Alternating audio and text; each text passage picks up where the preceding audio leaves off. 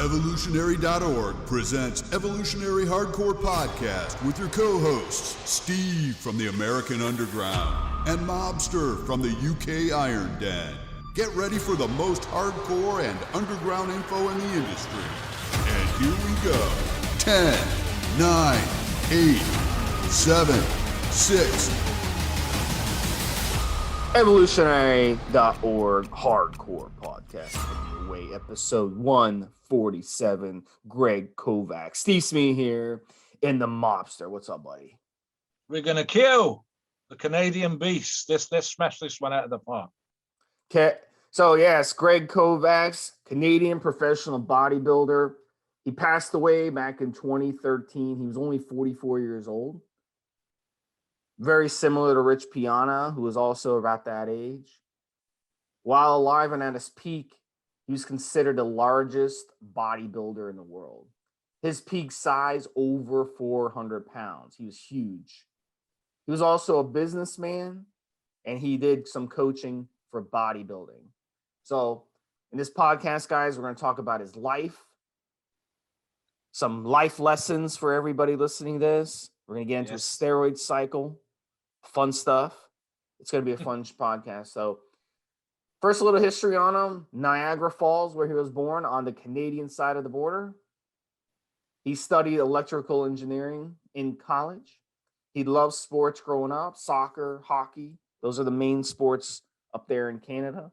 He started weight training as a teenager, and he got a passion for it as he got into college. 6'4", huge guy. 420 pounds was a off-season weight. His chest, 70 inches. His arms, 25 inches around. That's bigger than most people's heads, guys. There's rumors that he was even larger than that, up to 27 inches. He would eat a ton of food every day, guys. Can you imagine his grocery bills, Mobster? His grocery bills were enormous. I'd have to get a real job.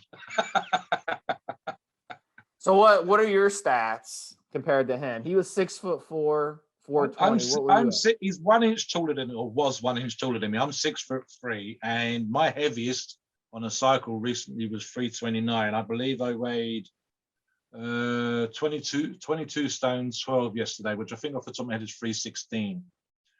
The idea that I would weigh another 84 pounds, 329 was uncomfortable. Now, I've said before on podcasts, it takes an age to get used to. I can only think of a couple of kind of lean, muscular, but taller strongmen that have been this kind of size.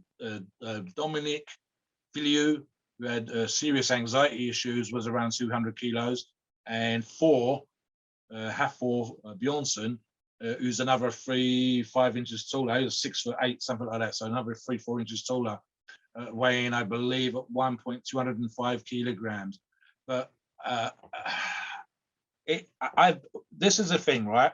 When I walk around at 20 stone, which is 280 pounds, I feel big. And then I go to a strongman competition and I'm not big. Those guys are 330. The small strongmen are 330. And the big motherfuckers are 370, 380, 400. This guy is probably looking like a bodybuilder, and certainly is the stuff I've seen, looking like a bodybuilder with a waist over 400 pounds. And as big as you think you are, and as big as I think I am, it kind of resets your value on what big is when you see a guy like Greg. I mean, it's incomprehensible. It's like seeing a 1,000-pound fat person. It's just like, how the hell did that happen? What am I looking at? And it's the kind of stuff where we've seen videos of German bodybuilder walking around a supermarket, and as you mentioned, Rich Piana, people kind of sort of taking two looks to try and comprehend what they're looking at. Greg was that kind of size. He is on another level.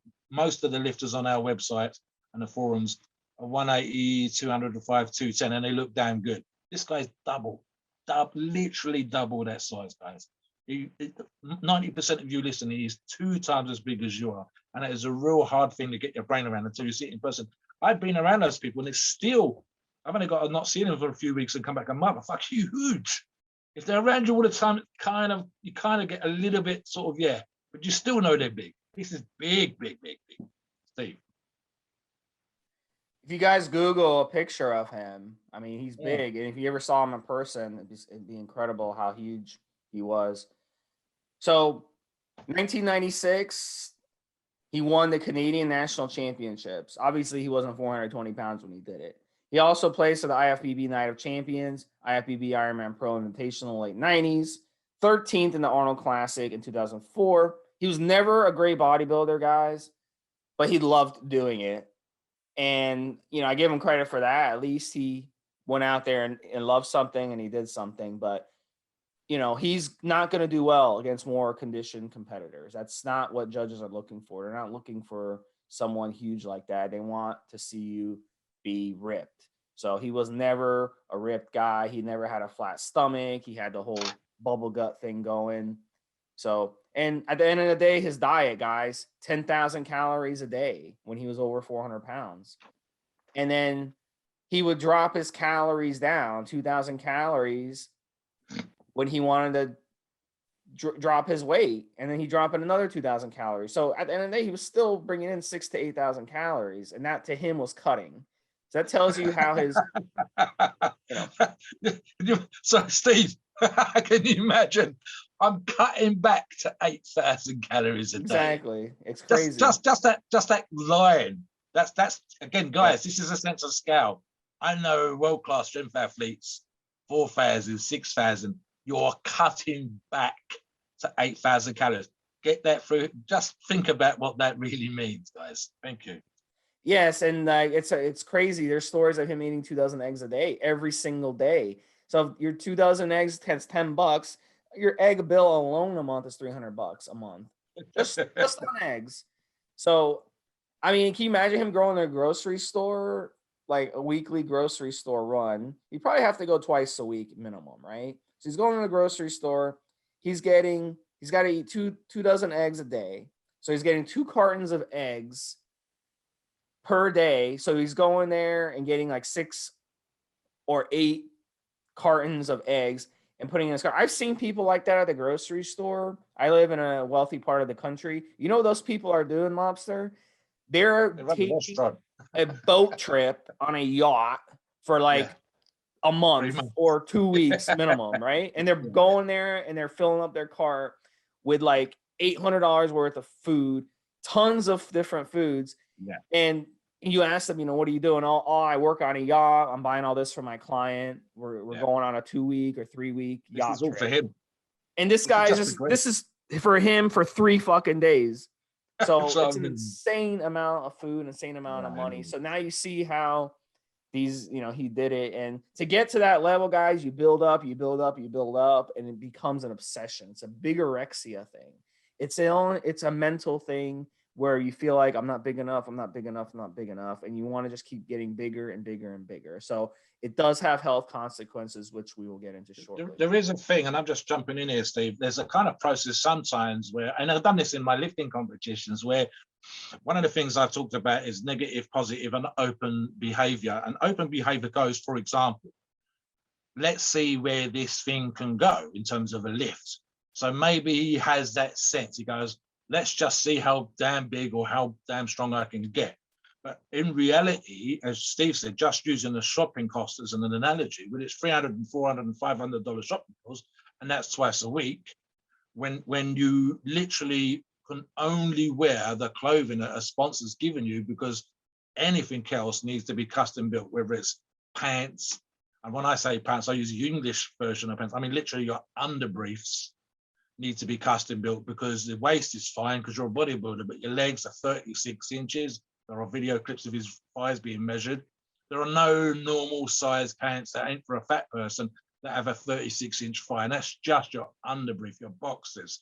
So you start to go from, let's see where this thing can go, to damn, every single thing I do is expensive just being this big. Every single thing I do requires me to spend hundreds of dollars several times a week just to feed me. So then, as Steve says, you go from an open-ended idea to a negative idea, which is, I'm just feeding this monster now. It's like having a Tyrannosaurus Rex in the garden, and you can only got budgies, man. You need thousands. You just constantly, everything you do. Rich piano had huge feet. It's just crazy. So literally, you know, if I want to get a new pair of shoes, it's $200 pair of shoes and a crap. It's having to go one place for pants. It's one place for t-shirts. If you go for any social function, you're the only one that's not there in a shirt and a tie or looking smart, because you can't, because it costs you $1,000. So then it becomes an obsession. Then it becomes bigorexia. And Steve and I have done in the pre-show, we're going to get into just how difficult it was being this big. So yeah, it's again on another scale, and it's going to be really, really difficult to comprehend. I've had some of the issues that he had, some in a tiny little way, in terms of being able to do certain things for myself. There were things he could not do for himself. If he didn't have a wife, he would literally not be able to do certain things for himself that the rest of us consider perfectly normal. Steve. So get into his workouts a little bit, and then we'll talk about some of the background stuff about his life. We'll get into his arrest. We'll get into some stories about him. So why don't you get that and start us off on some of the stuff we talked about in the pre-show about his life. So he did a very well-known video. It's the #1 video of his way back in the day for a very big sponsor of the Mr. Olympia around that time that had people like Jay Cutler, etc. I don't know if I want to mention the name. I don't need to give them free advertising, but at the time they were the sponsor and they gave the contracts that you really wanted to have. I'm talking 6-figure plus. Rumors have it abound of one of people, Jay Cutler, and a couple of others between $200,000 and $400,000 contract. I don't think Greg was getting that kind of money. However, he was the biggest freak they had on the cards. And so they did a very nice training video.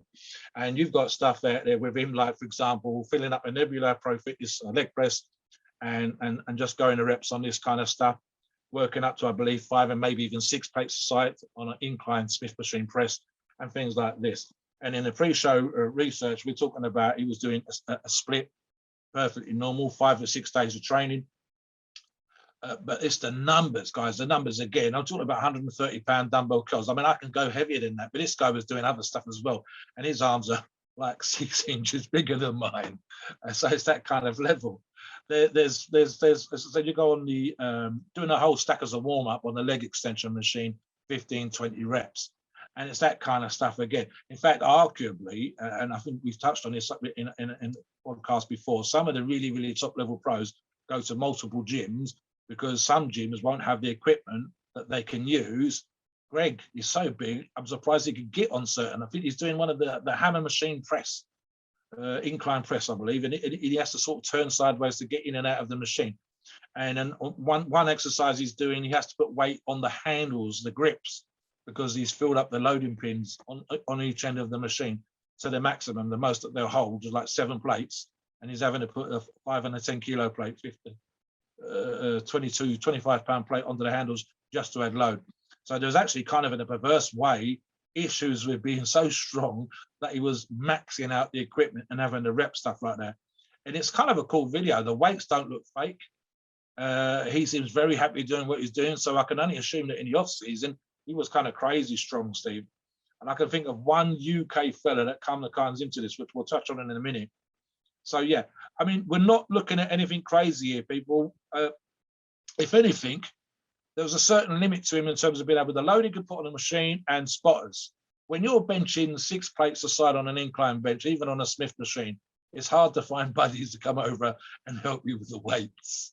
You know, when you're running out of room, it's just it's just a bizarre situation. So crazy strong, maxing stuff out, being so big that it's hard to squeeze yourself in this. Yeah, it's on another level. In terms of his actual training as a pro bodybuilder, kind of normal, you know, a little bit of volume in there, leg extensions, some Smith machine squats, leg press, leg curls, deadlifts, all the stuff that you would expect him to do, but with the kind of weights that, again, you bar bending. The old-fashioned term is bar bending. If this is why he was using certain machines just for safety, the idea that you're going to bench 5 or 6 plates on an incline barbell bench when you haven't got buddies that can spot you, and most gyms that you go to, and again, he's a sponsored athlete, he's going to be traveling around, he's going to find it incredibly difficult to go to a venue and find the equipment that can handle the kind of weight that he wants just to stay in shape. That's how kind of crazy his kind of training is going to be, and at the level he's got to. I think in Canada, I believe he trained at one particular place that was probably the one they did the video in, but everywhere else, I bet he had to go online and look up hardcore gyms and how far away they are from the venue and the event he's doing the sponsor work for, just to find a place. Or can you please arrange to have these dumbbells? Can you please? I'm there or thereabouts on some pieces of equipment, Steve, certain exercises that I do. We did a road trip the other day and I asked them what the heaviest dumbbells they were for hammer curls. And I think they had 85s, which I did for reps. Very loose form, it has to be said. But I believe the biggest they had was 90s, which is the most I've done. I think I've done 100 with a sort of horrible setup here. And that's just a horrible way of doing the movement. This is Greg's life, or was Greg's life. This is going to be his thing all the time when it comes to training. So, and again, even as strongman, you have to go certain places where you know that they've got strongman equipment and they've got enough silly little things like thin plates so that you can get enough weight on the bar. It's kind of crazy for most people when most of us never max out equipment or don't need to max out equipment. This is his life. This is what he was doing.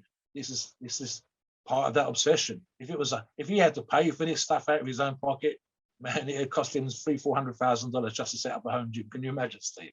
I would imagine a gym owner would see him walk in and be like, "Oh, not this guy again. This guy's gonna destroy everything." He's gonna bend every bar in the gym. I worked out at a gym that every bar was bent. It's really, really annoying. So that's what happens for sure. So let's get it. Yep. Sorry, one more, Phil. So in the UK here, you've got some very nice what they call sports clubs, Virgin Fitness and a couple of other big brand names. But these are the kind of almost like your country clubs that you have in America. So you've got tennis, basketball, football, everything's on site. It's not a sports center, it's a private thing.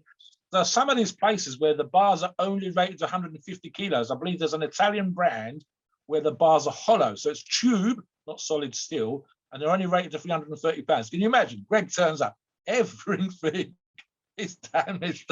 He's not even getting a warm up, and these things are going to be bending. So yeah, it's going to be like that. Back to you, sir, man.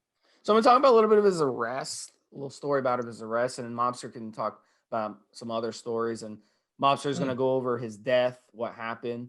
So back in 2010, he basically threatened the guy. The guy had owed him money, him and another guy. So Greg threatened him, and he scared the guy into going to a bank and withdrawing a large amount of money. So especially in Canada, if you go in there and you want to withdraw a large amount of cash, they're legally allowed to get nosy and ask you, why do you need this much money? It's not like that so much in the United States. Banks do it here. Yeah, I know in Britain they do it. And a lot of that is because of situations like this, where the guy ended up telling him straight up, "Hey, this guy's threatening me." And he said, if I don't give him his money, he's going to kick my ass. So that's when the authorities get involved. That's considered extortion. You can't threaten someone into giving you money. There's one thing where he could have just told him, "Hey, dude, look, we need to settle. You have this balance. Please get this done." Diplomatically, and then the guy goes to the bank and withdraws a large amount of money. But saying, "I'm going to kick your ass, I'm going to, break your head, I'm going to crack your skull if you don't get me this money by the end of the day," you can't do that. United States, you can't do that. And in Canada, you definitely can't do that because they don't mess around up there when it comes to stuff like that. So basically, at the end of the day, he gets arrested because he didn't have a history, because he pleaded down the case, because he had, some money and could hire a good lawyer. Obviously, he didn't get in trouble, but like in a lot of situations, you do something like that, you're looking at some prison, especially if a criminal history, they don't mess around with that stuff.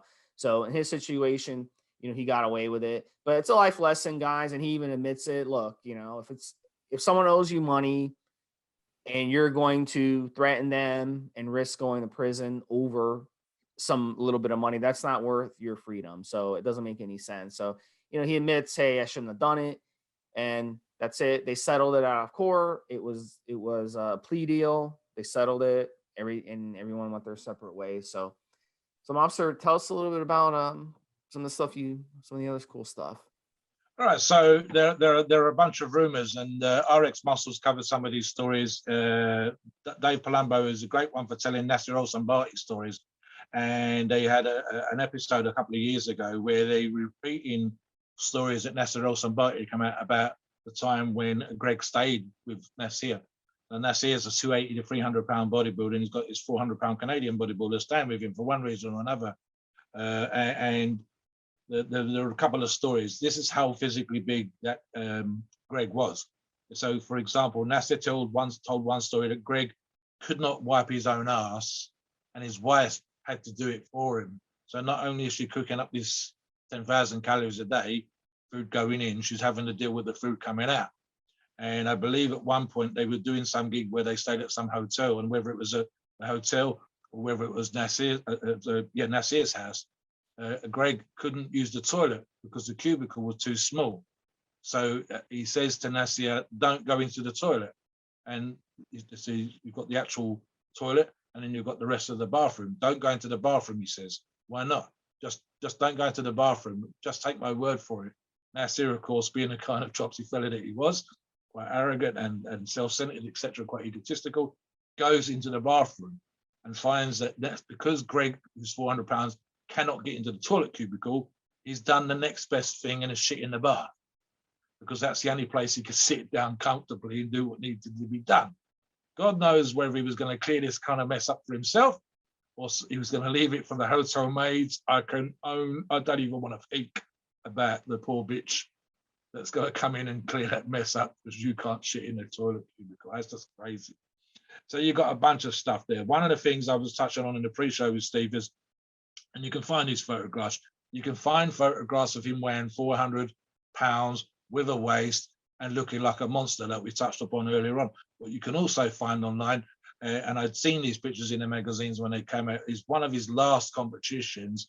It looked like his body had stopped responding. He had real bad, what's been termed palumboism, which is when the ripped, veiny, vascular midsection is just bulging in a, oh my God, he's pregnant, but he's got abs and veins kind of way. And at the same time, he seemed to have had atrophied muscles elsewhere. His chest looked weird, his arms looked shrunken, his legs looked shrunken. It kind of like almost like muscular, but in reverse, Steve. So the big muscles that you want big had shrunk, and the muscles that you don't want big have got bigger. And yet at the same time, it's like some sort of, I mean, you and I are not big on the forums for the whole sort, what they call receptor saturation, but it kind of looked like his body had enough. Had enough of the gear, had enough of the growth hormone, had enough of the training, and it don't matter how hard you train, how hard you diet, you just come in looking like a broken down mess. Literally kind of sort of freakish Frankenstein, something's been put together wrong. And that's kind of being kind in bodybuilding terms. If you were sitting in the audience, believe you and me, I've been to shows where, you know, where they say, oh, you've got no legs. But of course you've got legs, but this is the kind of situation this guy had, to use that euphemism, no arms, no legs, just a muscular midsection, and it was kind of weird looking. So you've got that stuff. Something which we've touched on in podcasts before, and I've used this euphemism on the forums as well, is that there are no big old men. Whether you're fat or whether you're muscular, you do not have 90-year-olds, fat guys that are 1,000 pounds, 600 pounds. You don't have 400-pound muscular 80-year-olds. You just don't. So there's a couple of things here. One is just a sheer size is hard work. And I've touched on this for myself. When I've been as big or when I've had a growth spurt, it takes me 3 months to get used to it. And I make a point of going out and getting my steps and trying to get conditioned for my size. You need to do that. I'm not a top professional bodybuilder or a top strength athlete, so I got the time and the wherewithal to be able to do these things, but these guys do not. So you got the stress. And then there's things like, for example, as big and as muscular as he's ever going to get, his rib cage is not really going to grow that much. It may be a bit on a growth hormone, maybe he does a bit of chest expansion, but ultimately he's got this incredibly large heart that's working overtime to support the 400 pounds. He's got a digestive tract that's working overtime to sort that 10,000 calories out. His endocrine system is working overtime with the gear, which we're going to get into. And let's be honest, people, whether you like to hear it or not, it just wears you down. So when he has a heart attack weighing 400 pounds, God help the paramedics or the funeral guys that have got to get that body out of the house. God knows what kind of state he's in. And there's no information out there, fortunately or unfortunately, in terms of a autopsy, so we can't see what else was out there. But It's going to be simple. It's going to be he's worn himself out. He's worn that heart out. He's done something stupid in the house and he's trained, and the body just couldn't do it. I wouldn't want him to run for a bus. I wouldn't want him to have to run after, he's dropped some money on the floor and it's blown away in the wind, because that kind of stuff could kill you. How many of my strongman buddies have hurt their torts or muscles, biceps and triceps, and we've seen that stuff disappear, and that's just because they put their body into a position they wasn't used to on certain exercises, or they didn't get enough of a warm-up for strongman events. We've seen Larry Wills, one of the guys he was training with, 5 plates aside, and you can see the pec muscle disappearing in the tear. This is kind of Greg's life again. When you are 400 pounds or bigger, your risk factors, if there's an insurance company, would take one look at him and go, hell no, it's going to cost you double or triple. Your medical bills are going to be much higher, just that kind of stuff. Your risk factor for dying, like it or not, is higher. It's just a simple fact that someone that size, doesn't matter if you're lean, doesn't matter if you're muscular, you need to be mega fit to support that. You need to have the world's greatest digestion. Genetics have got to be off the scale. You're going to have uncles and aunties in your background who they're all live to 87. You need that kind of stuff, because otherwise 400 pounds, I'll put it crudely, Steve, 400 pounds will kill you, and it will kill you sooner rather than later. The guys that we're seeing in bodybuilding, 300 plus, and again, it's gear related as well, of course, whether we like to admit it or not, are placing an undue stress on their body, which they have not prepared themselves for. Steve talks about gaining slowly. I've talked about gaining slowly. As big as I am, as big as I might be, and maybe in the future I'll get smaller, etc., etc. All my gains have been average, 3 to 4.5 pounds a year. 3 pounds, I believe, off cycle, and 4.5 pounds a year, maybe a little bit more on cycle. When you take the length of time I've been training versus what I started at and where I am now. When you add 40, 50, 60, 100 pounds, as some of these guys are doing in a lot less time than me, in their early 20s weighing 300 pounds, on PEDs when they're sometimes less than 18, you are putting stress. The life lesson is you've got to compensate for the craziest. If you're going to have this bigorexia, you have to compensate for what you're doing. You've got to do yoga, you've got to stretch, you've got to be right on point with the health things, you've got to get medicals, you've got to get blood tests. And if you must gain this weight, do the damn cardio and exercise so that your heart health and your organ health is on point. Let's get into the PEDs thing. Yeah, so November 25th, 2013, that's when he passed away. Heart attack, 44 years old. One of those situations where he got the heart attack, got to the hospital, and it's like, look, they try their best. There's nothing they can do. Such a strong heart attack. His arteries are so clogged.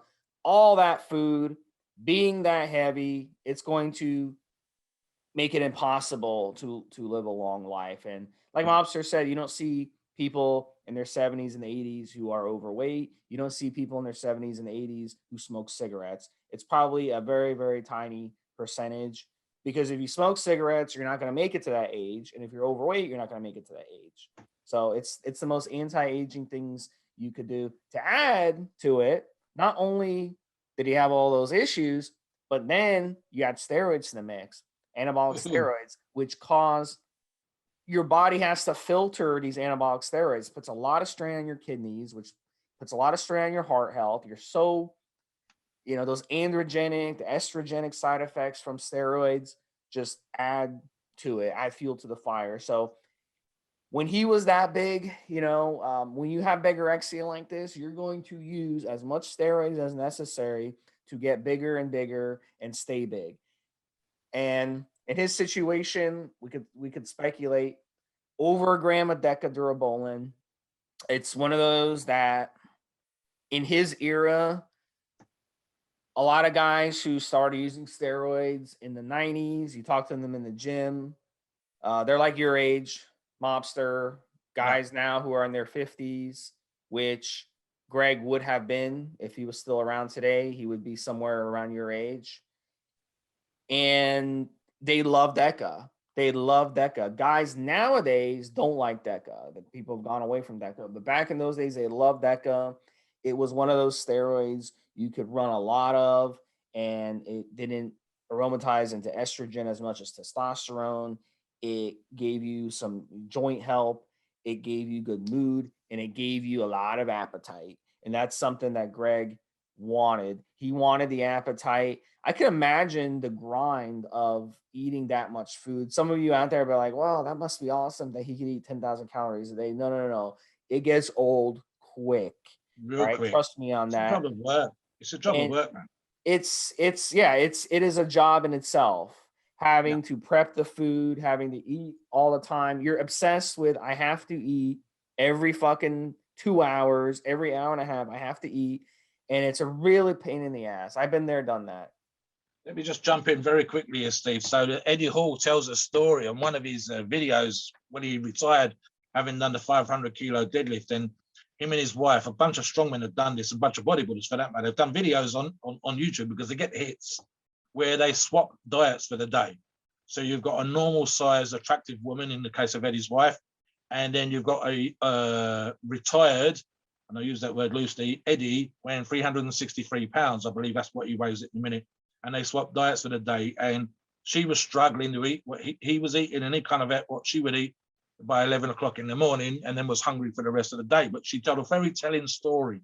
When he was 420 pounds and getting ready to do the 500 kilo deadlift, it got so bad, I mean, eating got so bad that he's sitting at the table late in the evening. She normally would go to bed at 11, she was working, and he would go out to his hyperbaric chamber and use that as part of recuperation. But this particular evening, she stayed up late, must have been the weekend. He's trying to get as big as he can to do the 500 kilos. She had to feed him like a baby, Steve, and he was kind of sitting, he says, and I believe, and I might be wrong, I think he said something about, I was on the verge of tears, and she was literally coming, come on, Eddie, you do this 500 kilo deadlift, that's it, you can retire, you'll have done your lifetime's ambition, and was feeding him spoonfuls of food just to get those calories in for the day. And I think he hit something stupid like 11,000 calories. That's how bad this kind of stuff gets.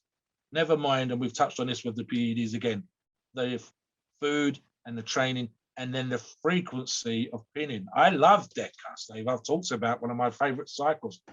God damn about putting with everything else that he's going to do 1.5 grams a week in. But yes, you're right, definitely on the DECA, on the appetite. But it is literally a job of work when you've got an Eddie Hall kind of, oh my God, I can't imagine putting another mouthful in, and your wife going, come on, Eddie, come on, and pushing a spoon between your lips like a baby so that you can get the last spoonful of food in so you can do the thing that you've promised her you're going to do and then you're going to retire from. And you're almost crying because it's just too much on top of everything else. You're just not hungry. And you know that you've got to eat this food. You've got to make it happen so you can do the thing. That's how bad this stuff gets. And I don't care if it gives you an appetite or not. It's kind of like tedious. It really is tedious. It's just not fun at all. It's not jelly and ice cream, people. It's the same kind of healthy stuff that we'd all eat, but just more of it. Can you imagine having 4 pounds of rice, Steve, or 10 chicken breasts, and this is or 100 pieces of sushi, but every single time, every single meal, week after week up? No. It's just, so yeah, damn the DECA. Not a grandma. I wouldn't want. Well, that's why you need, you need that DECA in there to boost the appetite, but you also need a nutrition partitioners in there as well. And that's why he messed around with 3 things in there: the HGH, tons of HGH, and then using the insulin, both short-acting and long-acting insulin. Now, why would you do that? The short-acting insulin, you'd want to take it before your meals. You shoot up the insulin, then you eat a meal, and that insulin helps shuttle in the nutrients from that meal into your muscles. But the long-acting insulin is something as well that guys will do, because what happens with the long-acting insulin, it's in your body all day. So it's in your body all day. It means everything you put in your body, a little snack, a meal, anything is going to partition into the muscle. So you're covered on both bases. So, and it's also forcing you to eat often. You've got to keep eating because your blood sugar will drop. And the HGH does that too. The HGH will drop your blood sugar when you take that. Well, it's going to raise your blood sugar with the HGH, and then the insulin is going to lower your blood sugar. So when you're on that insulin, lowering your blood sugar is forcing you to eat. You got to get in that rice. You got to get in those carbs. You got to get in as much food as you can in there. And you know that it's partitioning. So you're thinking to myself, yes, I'm forcing myself to eat all this food, but at least my body is going to be able to partition it. Another compound in there, the trenbolone, over a gram of trenbolone, another one that's great for nutrient partitioning. So he's got all the bases covered with that. And then, I'll let you take over, Mobster. What else? What else do we think he would have messed with as well? So I mean, it occurs to me, if he travelled, if he did any kind of seminars or any kind of work, or was doing any work for his sponsors, there's going to be times when he's not going to be able to get the food in. There's going to be times where he's not able to train, as I said, certain gyms or whatever else. So some of the steroids that we consider that he's taking here are high levels. For example, potentially 1,000 milligrams of testosterone cypionate a week, and even some of the other drugs we've already mentioned, just to hold the muscle that he's got and not, if he can't train as heavy, if he can't eat as much, let's keep this muscle, let's keep me lean, let's keep me functioning, let's keep me looking like a great bodybuilder for my sponsors, for the event I'm going to. So 1,000 milligrams a week of testosterone cypionate, we know that's nice and long acting, so that no matter where he travels, no matter where he flies to, he's got something in his system at all times. He can go away for a week and be fine with this, in terms of, because we know it's a great drug for TRT. Again, every single drug that he's taken here is about keeping that mass on. It was never about really turning him to Olympia winning physique, because he just didn't have that. So, for example, again, the idea of 100 milligrams a day of dianabol, that's twice as much as I've ever done. And 30 to 50 milligrams a day is fine for 99% of our listeners again. But he's going to use the water retention in there for the joints, the muscular, the muscles being keeping where they are, keeping not shrinking away, not losing that leverage. Literally, I mean, he's going to be given the muscle dysmorphia again. There's probably going to be elements of some of these drugs in here where if he feels he's lost an inch of his arms, oh my God, they've gone from 26 to 25 or from 25 to 24, he probably feels kind of funky. So some of these drugs, it's just about keeping this huge amount of size on him, so he feels good with the dysmorphia. The idea that when he turns up to do a seminar or a health shop promotion through the sponsor, and he's only got 24-inch arms, like that's a terrible thing, and the crowd still goes wild because they've never seen a man with 24-inch arms at 6'4" turns up, just a huge beast of a man. It'd be a head fuck for him shrinking down. So as you say there, Steve, 150 milligrams a day of anadrol. Same, but I'm honestly, the anadrol is one of those drugs that you can put on a ton of water, a ton of size real quick. And again, this is a typical user. It's probably kind of a small amount for a man that's Greg's size, but it's a huge amount for a normal fella trying to put on weight. And it's one of those drugs that if you take this and you respond well to it, you can literally, I mean, Steve and I see this post on the forums all the time. A person will come on and say, I want to put 20 pounds on a cycle. And we're not the only two, but we're the most vocal, saying you really don't want to put 20 pounds on in one hit. You just don't. And this is again on an average size person, average size frame, etc., etc. For Greg, this is a muscle retainer. It's the water helping the joints is going to enable him to smash stuff out in the gym. For some people, anadrol can be quite an aggressive drug. Certainly with the trend that he's already doing. Deca, we know that kind of makes your joints feel good, even if it's not really as healing as people make out. The 18 IUs per day of HGH, I'm going to get onto that specifically here, Steve, because, and I touched on it earlier on, at the end of his bodybuilding career, he had, as I said earlier on, what amounted to palumbarism, which is where the body has thin skin, it's kind of vascular looking, but things just don't look right. This is not a bloke that's not in shape. It looks like wrong at the bodybuilding making factory, and small arms have been put on a big body. And you end up with this massive swollen stomach, which you can see all of the abdominal muscles, which might be a 4-pack, 6-pack, 8-pack, however lucky you are, with veins, but it looks like you're pregnant. It looks like you have eaten and you haven't been in shit for several days. And this is kind of how he looked. It kind of looked like everything had stopped responding. And the 18 IUs a day, to me, this is probably something that he was doing year round.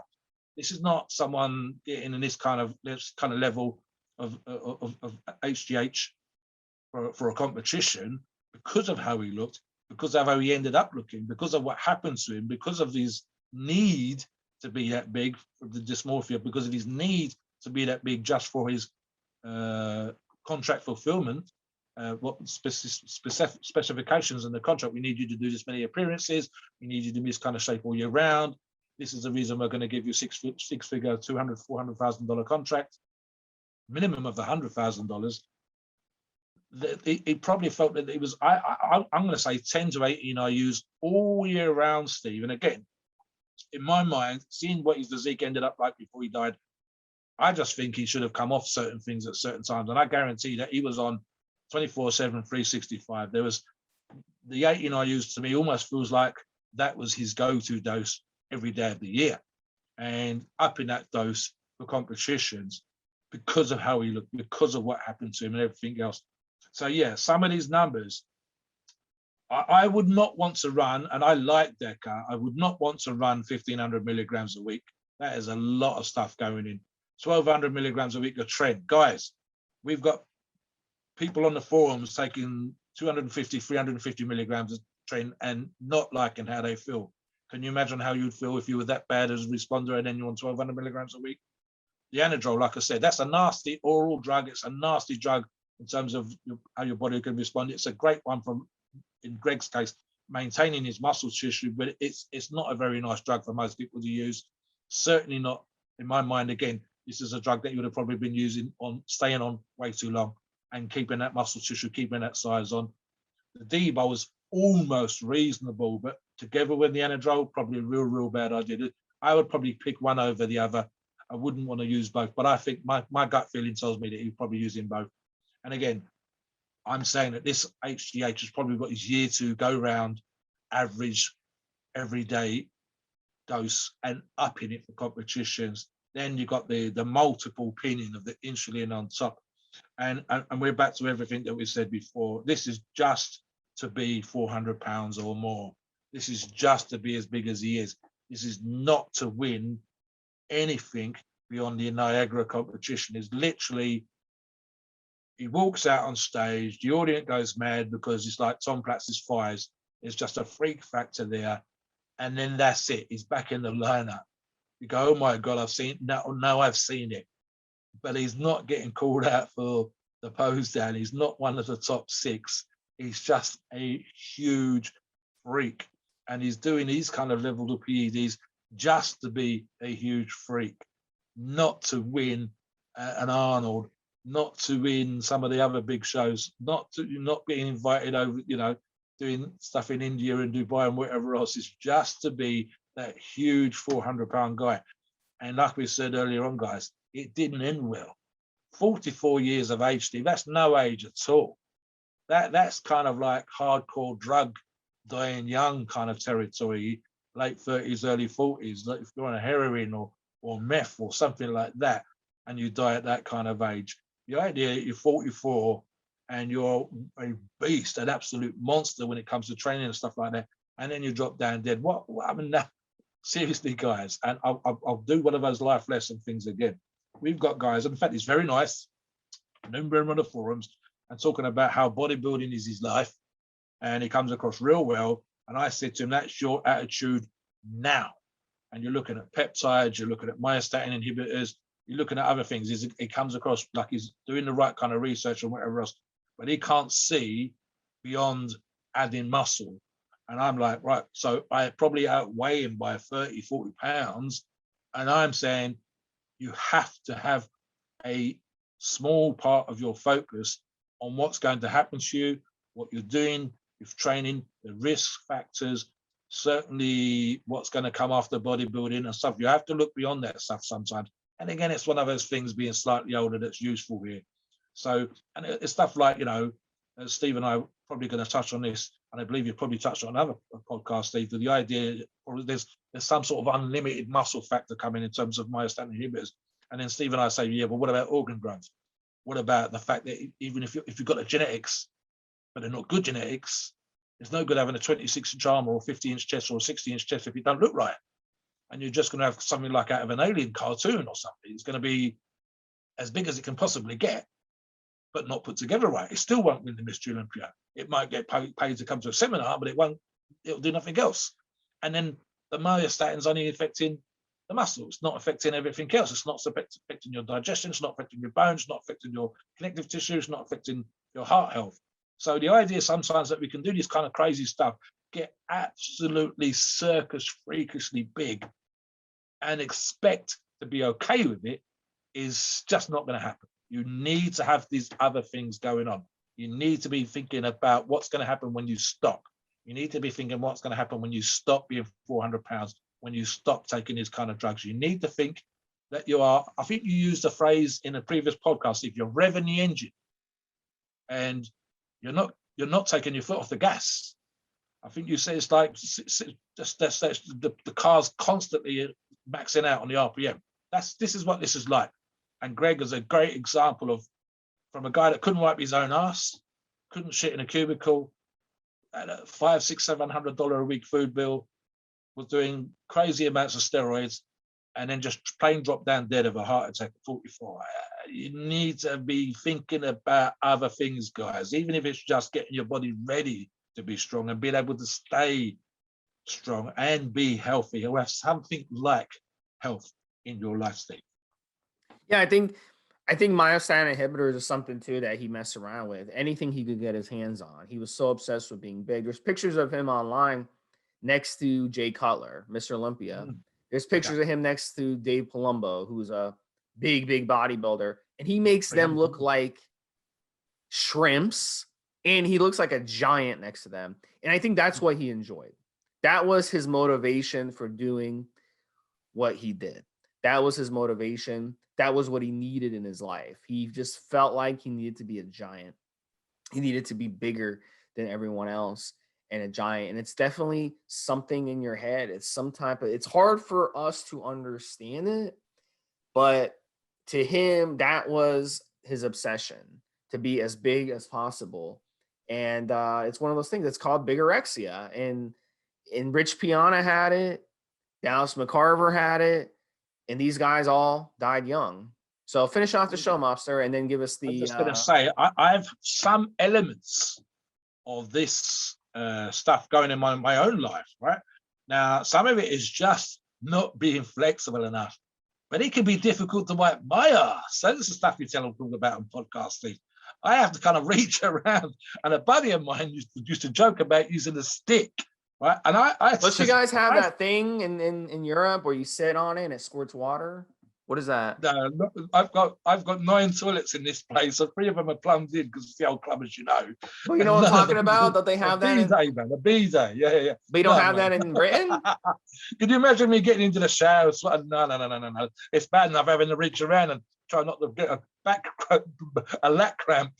Yeah, I even struck yesterday. I go in, not just my car, which is a Jeep. I don't drive, the girlfriend drives, although it belongs to me. And it's a sit up and bed kind of car. It's a Jeep, it's a 4-wheel drive. And I still have to squeeze myself in. A buddy of mine's got a 7 Series BMW and with all the electric accoutrements. And I still have to squeeze myself in.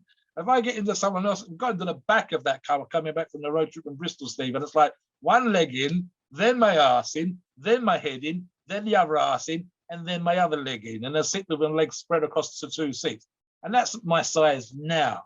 So, and I'm tying my shoelaces up. It's right, man, I'm not going to get tied up in the middle. I'm going to get tied up to the side because it's a flexibility thing. And I'm by no means as big as some of the guys I know, and no means as big as Greg. And it's difficult for me. But again, it's kind of like, this is what you do, this is how it is, right? I'm not walking around with 36-inch thighs. My thighs have been 30.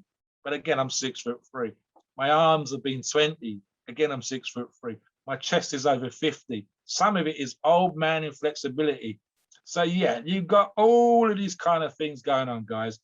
You need to have what you imagine versus the reality needs to be lined up. You need to start thinking. It's like if you're building a house, starting with the foundations, you need to go, right, I'm going to do this. These things are going to happen. When they happen, I need to be ready. I need to be compensating for them.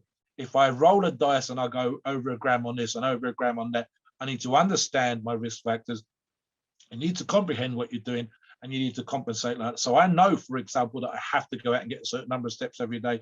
I need to go out and climb myself some nice steep hills and some mountains and do some trail walking.